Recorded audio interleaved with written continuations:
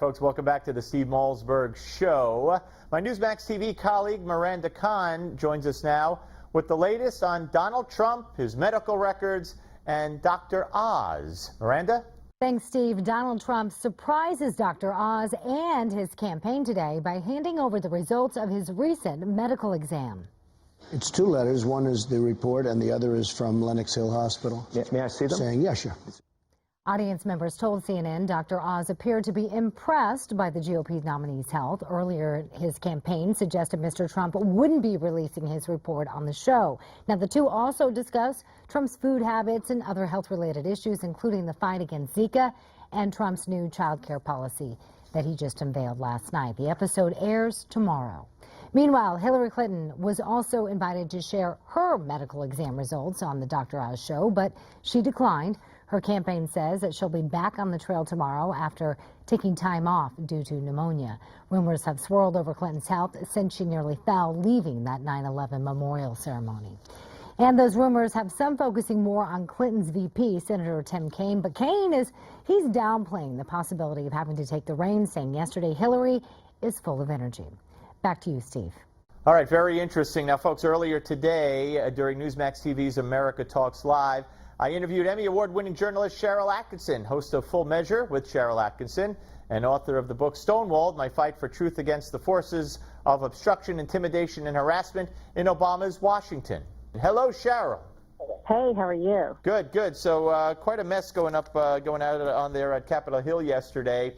What do you make of, these three guys taking the fifth and Pagliano not even showing up?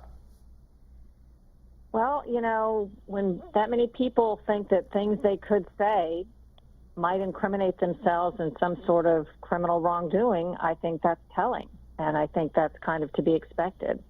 We did hear a bit from Josh Cooper. I thought it was interesting. He seemed quite forthcoming. He was not involved in, I don't think he was involved in the bleach bit deletion of emails and documents after they were subpoenaed, the way the other two may have been.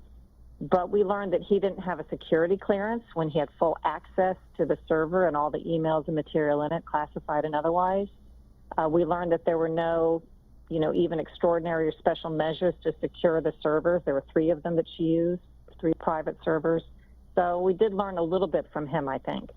Yeah, well, very, very interesting. And now, what do you make of the Colin Powell story? It just keeps getting, in my view, worse and worse for her. I mean, he warned her. He said she started all this, he refers to June, which was long, long, long before he ever had any conversation with her about email. And yet the Clinton campaign, of course, has tried to say, well, Colin Powell told me he did it, so I did it. And there's no comparison to be made. There's no doubt that Hillary Clinton had been told and was well aware on many occasions of the chances that she was taking when she was using her personal servers and emails. And I put a timeline after kind of dissecting the FBI summary on SharylAttkisson.com. And what I saw in there was that very early on, the security memo from the State Department warned Hillary Clinton, her chief of staff, that it was risky to do what they were doing, to use their personal devices, yet they continued to do it. That was almost as she entered the State Department. She took her first foreign trip to Asia, and upon her return was told specifically that there was intel concerning her vulnerability of using the BlackBerry during her recent trip to Asia. She acknowledged it in an email and told him personally, I get it, and yet continued to do this. I mean, there are just countless instances that we've seen in writing where there were referrals to people discussing how risky this was. So there's no doubt in my mind that, this was very clear to Mrs. Clinton as she used this private server. All right, let's move on to the health issue, and you also are right about that at SharylAttkisson.com. You talk about the news media's miscalculation on her health. I'm waiting for the media to say, okay, when did Hillary have the chest X-ray? Because that's the only way you diagnose pneumonia from bronchitis. What hospital? Is it 1 lung? Is it 2? What kind of bacteria is it? What kind of pneumonia is it? What kind of medication is she taking? I haven't heard any of those brought up once by anyone. And I just play the substitution game as always, and I believe that if Donald Trump collapsed or semi-collapsed, had pneumonia, any of that, I think it would have been just deluging the headlines, I should say, all over, top to bottom. It still would be. So I think, it did finally get some coverage. It was slow. If you started to look around when it first happened, there was very little on the news. I was surprised it wasn't breaking news on the major news websites or anything for quite some time. I think, again, that would have been different if it had been Donald Trump. I don't think they're treated the same way. And then, the irony that the news media that declared the questions to be conspiracy theory, which is astroturf language intended to make people not ask the question, has nothing to do with the conspiracy. But those who labeled it a conspiracy theory immediately said, well, now it's not. So, it's as if the news media thinks it's the arbiter of, what's true and what's not. In fact, the news media appears to have been wrong as it declared all of this debunked, tinfoil hat theory stuff. Right. I mean, now let me ask you your opinion, because you're not a doctor and I'm not a doctor. Did you believe that that this was pneumonia? Do you believe that she passed out or I won't say stumbled, because that's when you trip to me, but she collapsed because of dehydration, and then she tells Anderson Cooper she got in the car, she had a drink of water, and she was fine. And then Brian Fallon tells us, her campaign manager, when she got to Chelsea's house, she was running around with the kids. Now, if you're clinically dehydrated, Sharyl, I'm no doctor, clinically dehydrated to the point of passing out, a glass of water is not going to fix you. You got to get intravenous electrolytes and all that stuff. Well, again, like you say, I'm not a doctor. I have two responses to that. I can only go by what President Clinton said on the news yesterday. He said that she frequently has this happen. Then he changed that to rarely, but, several times over the years. I don't know anybody in my personal life that frequently or even periodically, rarely, has gotten dehydrated and fallen, over and over again. But my second answer to that question is, does that matter? I mean, I like to say any of us could drop dead tomorrow. There could be undiagnosed illnesses that anybody could have. So people have to decide how much that does or doesn't matter.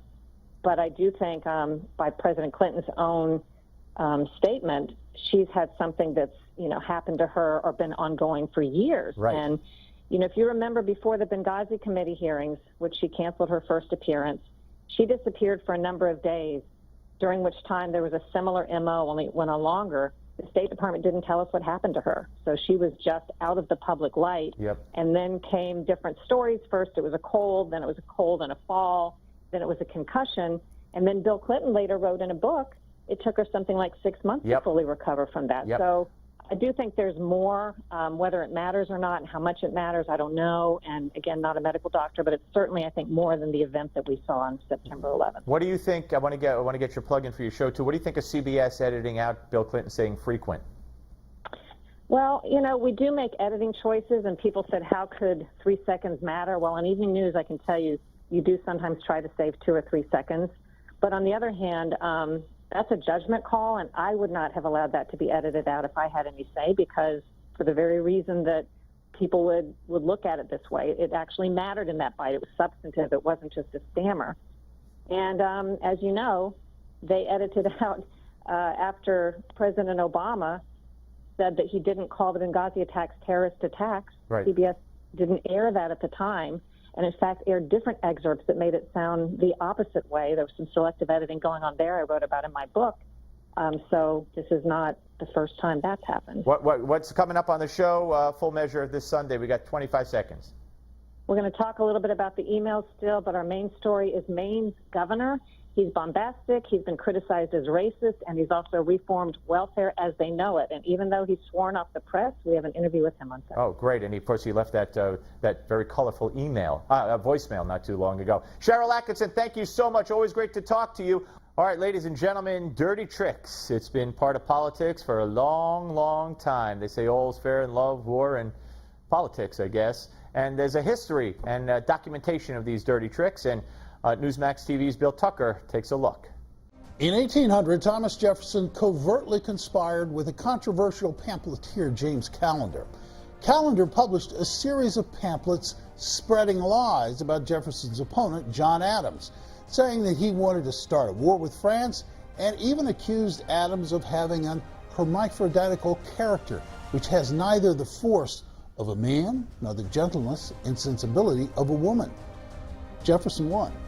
But when he denied Callender the favor of being appointed as postmaster of Richmond, Virginia, in 1802, Callender published a series of pamphlets charging Jefferson sired a number of children with his slave, Sally Hemings, a charge that wasn't proven true until 1998.